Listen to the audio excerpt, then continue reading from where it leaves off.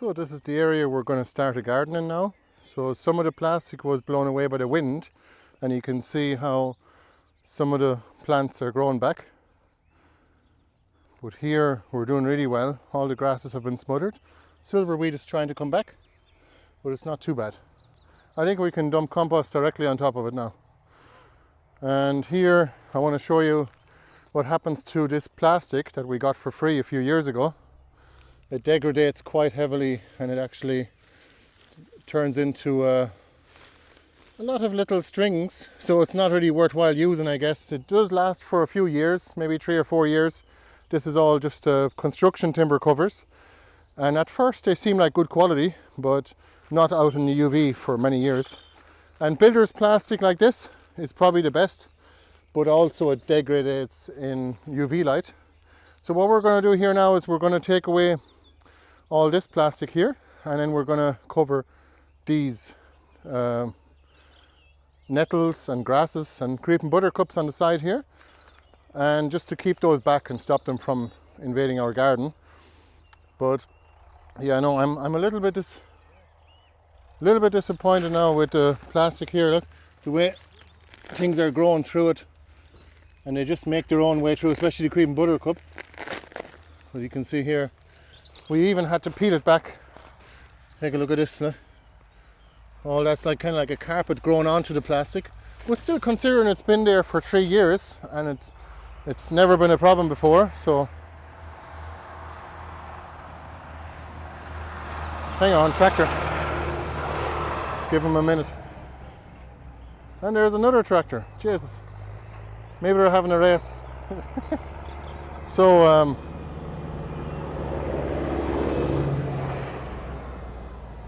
So we're looking forward to starting our garden in this part here, but I want to show you what it looks like here. So the grasses have actually grown onto the plastic, and we're going to have to remove them, and we're going to also remove the rocks as well, so that we can get a tractor to put on some compost. So yeah, no, this plastic here, it's okay. I would prefer to use tarps. I think tarps in the long run are better. They're just going to last for 10 plus years, but if there's any kind of UV proof plastic that you can think of to use out in the garden, please let me know in the comments below. Alright, so that's that done, and now we're going to put this plastic on here. We're going to overlap it very well. We're going to make sure we go to about a foot beyond of where it used to be, and hopefully block all those grasses and nettles from that side from entering our garden here. Let's see how it goes.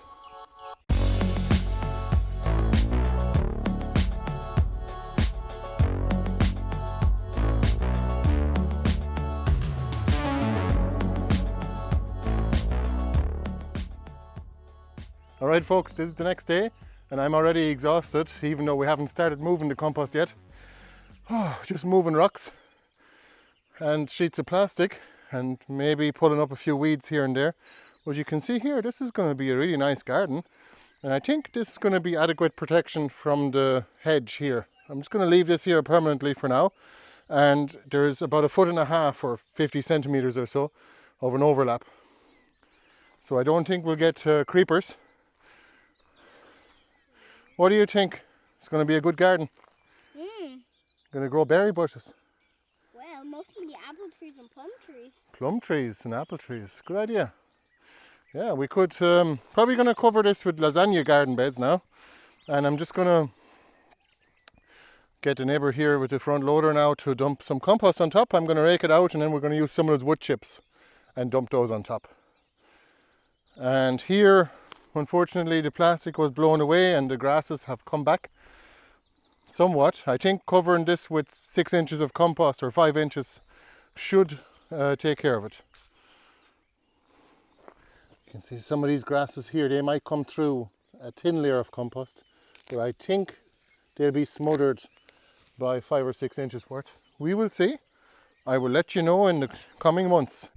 So this is one of those garden beds I didn't take care of last year, and some of the weeds have actually grown here. So, but it was still a very productive year here, because I grew about 15 yacon plants and about 20 rhubarb just in this space right here. And on the other side you can see we're already a little bit more advanced here because we've put down the wood chip layer. So that's going to be like a blanket to protect the soil both from the frost in the winter and the dryness in the summer. And you can see even just underneath, just if you dig down a little bit, it's already moist down there. And it's a great habitat for insects and beetles that eat slug eggs. So yeah, all of this is going to be basically that type of garden.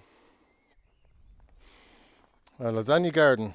So we're mimicking a forest floor with the wood chip layer, and essentially this makes this garden better for growing woody plants rather than leafy greens. But you can still grow kale. It does work quite well, but woody plants will do better here, like for example raspberries like these here, but also any kind of fruit trees or bushes. This is a paulownia tree. It's going to be beautiful. Hopefully it'll get some flowers this year. Let's see. There's a ton of nettles in this spot here. I'm not sure how I'm going to deal with it. I'm sure I'll be watching this video in a year or two's time, and I'm going to be thinking, Jesus, how did I ever deal with those nettles?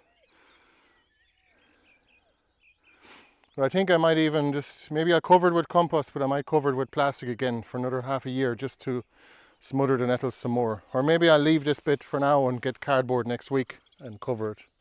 But for now, we can start with all of this. So this area here I'm going to want to cover with cardboard. I wish I had covered it with plastic for the last 6 months, since December. That's when I decided to simply turn it into a garden because the grasses are just taking over the garden beds all the time. I don't want to have to deal with that. I'm just going to turn all of this into a garden. And we don't really need this as a place to drive anymore. We'll just basically smother the grass with cardboard and then put down compost. We got some 6-month-old compost here already for that. Look at this. Grasses and ducks. Very easy to pull up, of course, in the pile. So, you want to take a look at the compost piles?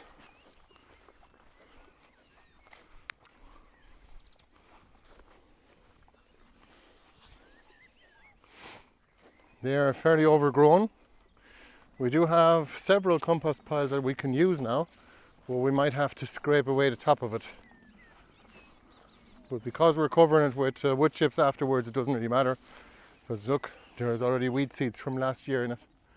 And of course, loads of weeds actually growing on it. So that's going to be a bit of a chore to try and remove those, but I'm sure they will have improved the compost exponentially as well, because they would have fed the soil life with all their sugars that they produce through photosynthesis. And if you feed the soil life, the bacteria in the soil, you're feeding the entire life web. So I think maybe even covering your compost with a layer of vegetation could be beneficial, but not grass, because that's hard to uproot again.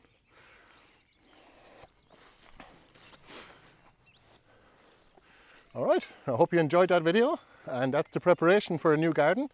And if you like this kind of thing, just subscribe to one of our channels. We have a YouTube channel and a website. You can go to our website to subscribe for the email list. And we have a Birdland Homestead channel and our Gardens for Life channel. So, and if you'd like to support us, you can go to our Patreon page or our members area. We highly appreciate it. Thanks a million. Bye-bye. In the next episode, we're going to be watching the actual compost being moved. So stay tuned.